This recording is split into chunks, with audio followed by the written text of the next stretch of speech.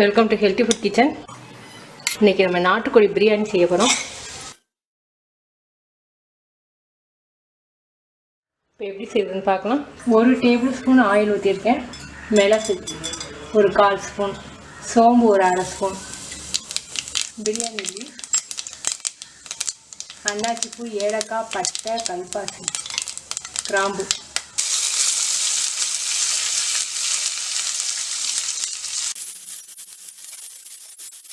இஞ்சி பூண்டு விழுது 1 ஸ்பூன்,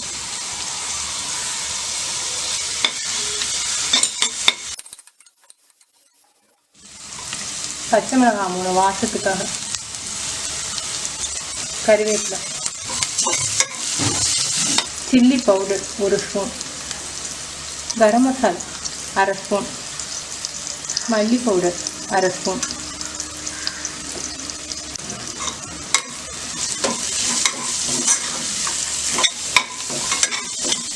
தக்காளி பழம் 1 பழம்,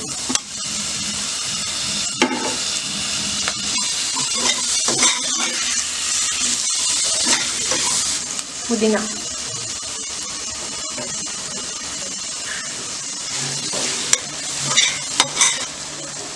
இதில் பிரியாணி பவுடர் 1/2 ஸ்பூன்,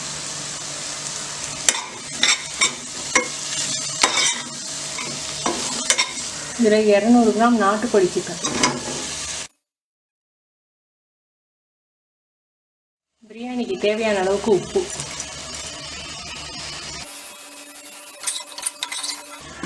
ஒரு 3 நிமிஷம் மூடி வைக்கும்.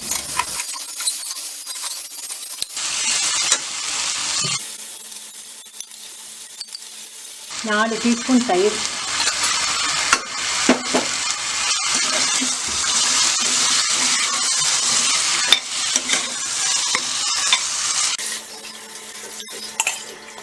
ரெண்டு கப் தண்ணி ஊற்றிருக்கேன்.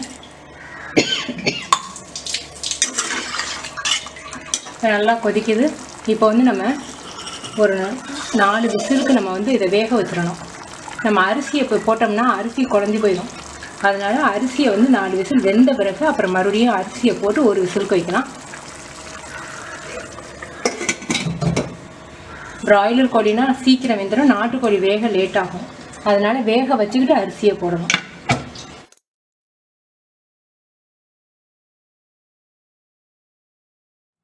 கறி நல்லா வெந்துருச்சு. இப்போ அரிசியை சேர்ப்போம். நம்ம கோழி 200 கிராம் எடுத்துருக்கோம் இல்லையா, அதே அளவுக்கு அரிசியும் 200 கிராம் எடுத்து 1 மணி நேரம் ஊற வச்சு வச்சுருக்கேன். பாசுமதி அரிசி,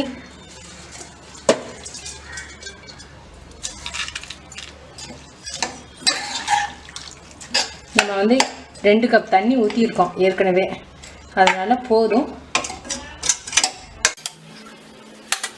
இப்போ 1 விசிலுக்கு வச்சுருவோம். வச்சுட்டு சூடு ஆறின பிறகு திறந்தோம்னா கரெக்டாக இருக்கும். இல்லை வேகமாக வேலையை முடிக்கணும்னு நினச்சிங்கன்னா 2 விசிலுக்கு வைக்கணும்.